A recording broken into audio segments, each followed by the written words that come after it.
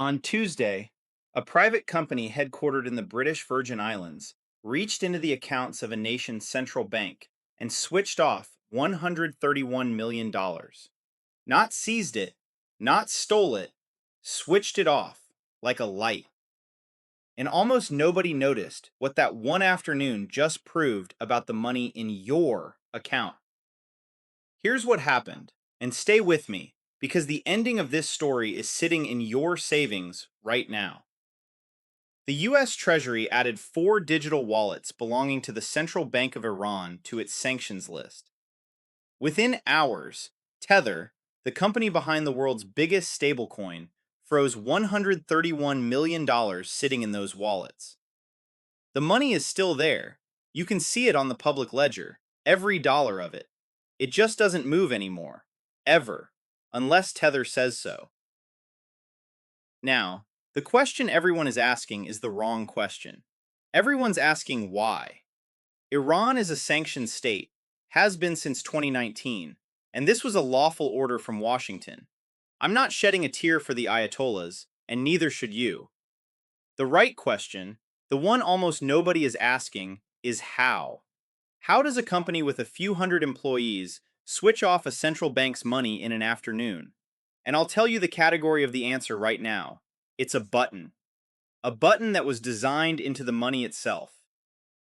The rest of this video is about who else is installing that button, and under what, because it's under more of your money than you think. Start with the strangest detail in the whole story. Why does the Central Bank of Iran, a country that hates the dollar, hold $500 million in Tether's digital dollars in the first place? Researchers at Elliptic found Iran's central bank has accumulated at least 507 million in USDT, and they use it to prop up their own currency, the rial. Think about what that means.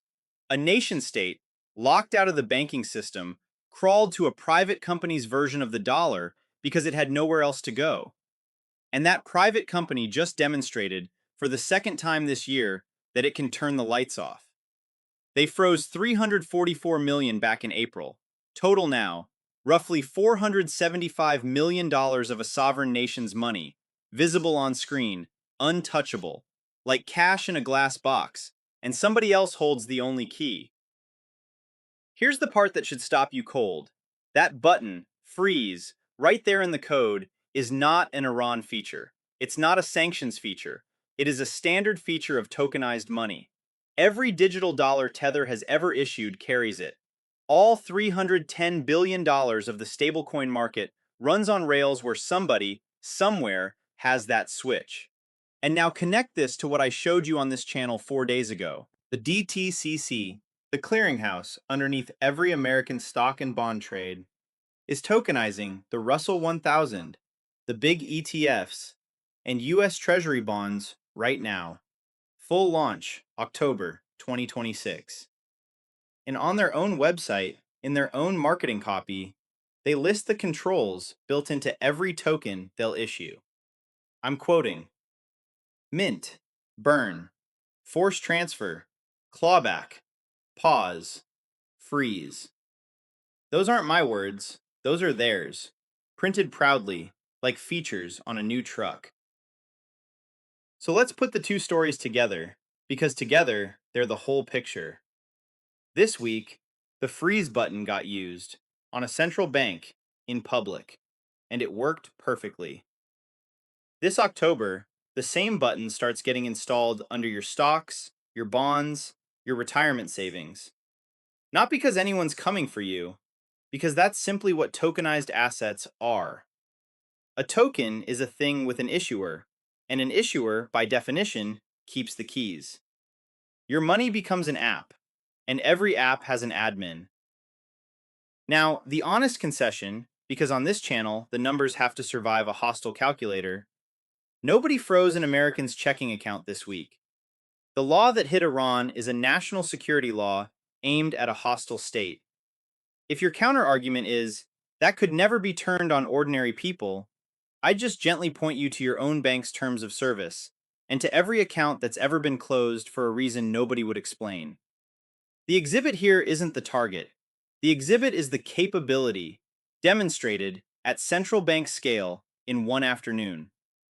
Quick pause. When a story like this breaks, the first thing I do is pull one screen with the live macro numbers on it and ask what it actually changes for a saver.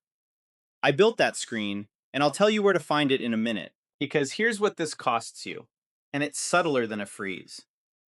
When money becomes conditional, when it moves only as long as an issuer approves, it stops being fully yours.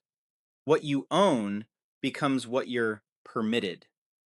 And every asset they're planning to tokenize keeps that same asterisk. The stablecoin has a company. The tokenized bond has a registry. The digital dollar the government wants has a central bank attached. The same central bank running a printer that never stops. The freeze button and the print button are two ends of the same machine. One controls whether your money moves. The other controls what it's worth when it does. So walk the whole street with me. Cash, printable, and shrinking about 3.5% a year at the current official rate.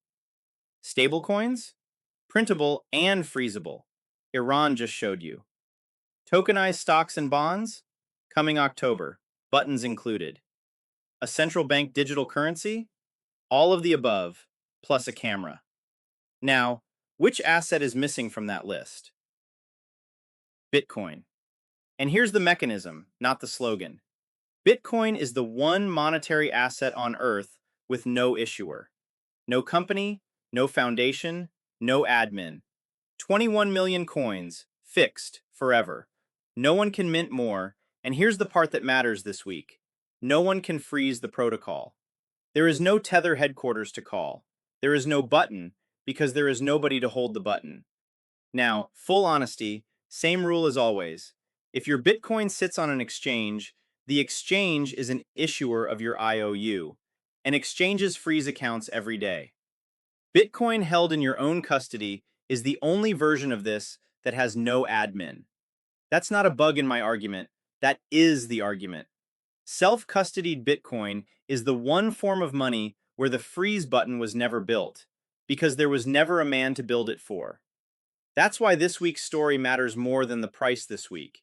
Bitcoin's sitting around 63,000 as I record this, down hard from October's high. I've told you that plainly before, and I'll keep telling you. But price measures the road. This week measured the destination. A world that tokenizes everything is a world where every asset has an admin, except one. There are no certainties here, only probabilities. But the probability that control over money keeps concentrating just went up, in public, with a receipt. Two scenarios from here. Scenario 1. This stays a sanctions tool, used on states we're told to dislike, and your accounts never feel it. And even then, everything you own still sits behind someone else's button, and the printer still runs. Scenario 2. The buttons multiply as tokenization rolls out, and conditional money quietly becomes the only kind, except one.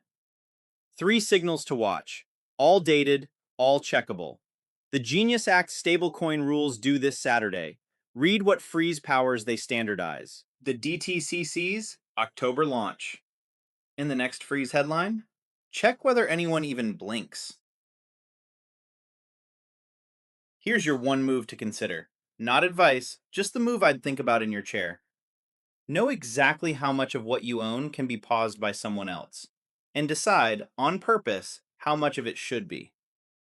My macro command center at timtalksfinance.com/members has a 2-minute quiz that ends with exactly that. One move to consider for your situation, not generic advice.